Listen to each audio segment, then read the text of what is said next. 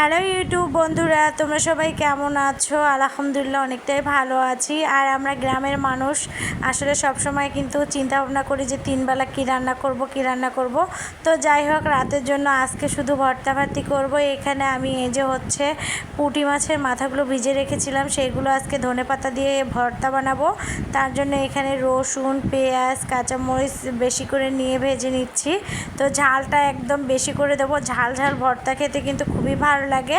তো বাড়িতে যখন আসলে ছোটো মাছ নিয়ে আসা হয়, ছোটো মাছের মাথাগুলো আমি ফেলাই দিই না।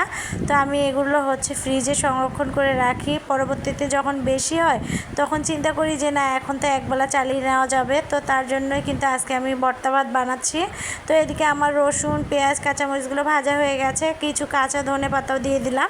একটু হালকা করে কাঁচা ধনে পাতাটা ভেজে নেব, বেশি ভাজবো না, তাহলে সেন্ট একদমই থাকবে না। তো তার জন্য হালকা করে এগুলো ভেজে নিলাম। তো আমার কিন্তু এগুলো এই যে ভাজা হয়ে গেছে। আর আমি কিন্তু সামান্য একটু হলুদের গুঁড়া ব্যবহার করেছি, যাতে যেন কালারটা খুব সুন্দর হয়। তো এই তো হচ্ছে এখন বাটনায় তুলে নিচ্ছি। আর আমি কিন্তু বরাবরই বাটনায় ভর্তা করতে বেশি পছন্দ করি, আর বাটনার ভর্তা কিন্তু বেশি মজা। তো এখানে আমার এই যে রসুন, পেঁয়াজ, কাঁচামরিচগুলো ভাজা হয়ে গেছে। তো এই যে এখন পুঁটি মাছের মাথাগুলো হচ্ছে ভেজে নেব। তো অল্প করে তেল দিলাম। আপনাদের ভাইয়া বাহিরে গেছে, তার জন্য কিন্তু একা একাই হচ্ছে ভিডিওটা করে নিচ্ছি। এক হাতে মোবাইল আর এক হাতে রান্না।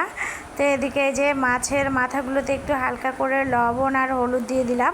আর আমি কিন্তু মাঝে মধ্যে যখন পুঁটি মাছের মাথা বা মোয়া মাছের মাথা ভাজি, তো তখন কিন্তু এরকম ভাজতে ভাজতে মানে যখন একদম ভাজা হয়ে যায়, তখন দেখা যায় কি আমি ওইভাবেই খাই একটু, এই জন্য হালকা করে লবণ দিয়ে। আমার কাছে কিন্তু মুসমুসে মাথা ভাজিগুলো খেতে ভীষণ ভালো লাগে।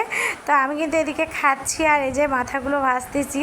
তো এই যে মাথাগুলো কিন্তু প্রায় আমার ভাজা হয়ে গেছে। তো আর একটু ভেজে নেব। তো ওই যে বললাম না, খুব কম তেলে কিন্তু মাথাগুলো ভেজে নিলাম। তো মাছের মাথা ভর্তা কিন্তু আসলে খুবই ভালো লাগে গরম ভাতের সাথে। তার সাথে হয় যদি ঝাল ঝাল, তো আর কথাই নেই। তো যাই হোক, আমরা গ্রামের মানুষ, একটা রান্না হলেই কিন্তু আমাদের কাছে যথেষ্ট। তো তারপরও মাঝে মাঝে চেষ্টা করি দুই একটা রান্না করার জন্য, যেহেতু ভাবলাম যে এখন একটু হালকা হালকা শীত পড়ছে, তো রাতে একটু ভর্তা ভাত বানালেই বেশি ভালো হবে। তো এই জন্য হচ্ছে এই যে ভর্তা বানিয়ে নিলাম। আর এই তো দেখেন, বাটনাতে কিন্তু বাটতে একটু কষ্ট হলো, কিন্তু বাটনার ভর্তার মজাই আলাদা। তো এখন হচ্ছে আমার হচ্ছে রসুন, পেঁয়াজ এগুলো বাটা হয়ে গেছে। এখন মাছের মাথাগুলো দিয়ে দিচ্ছি।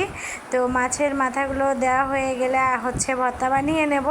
তো আমার এই ভর্তার রেসিপিটা কিন্তু আপনারাও ট্রাই করে দেখতে পারেন বাড়িতে, মাছের মাথাগুলো ফেলাই না দিয়ে।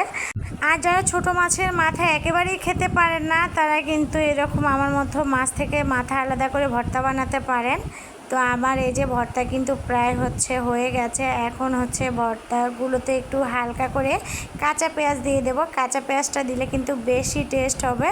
তো এই যে কাঁচা পেঁয়াজটা দিয়ে কিন্তু আমি হচ্ছে আবার একটু বেটে নিচ্ছি। কাঁচা রসুনটা দিলাম না, কাঁচা রসুন দিলে ফির আলাদা একটা মানে স্বাদ আসে, এই জন্য আমি শুধু কাঁচা পেঁয়াজটাই দিলাম। তো এই তো আমার ফাইনালি হচ্ছে হয়ে গেছে মাছের মাথার ভর্তা।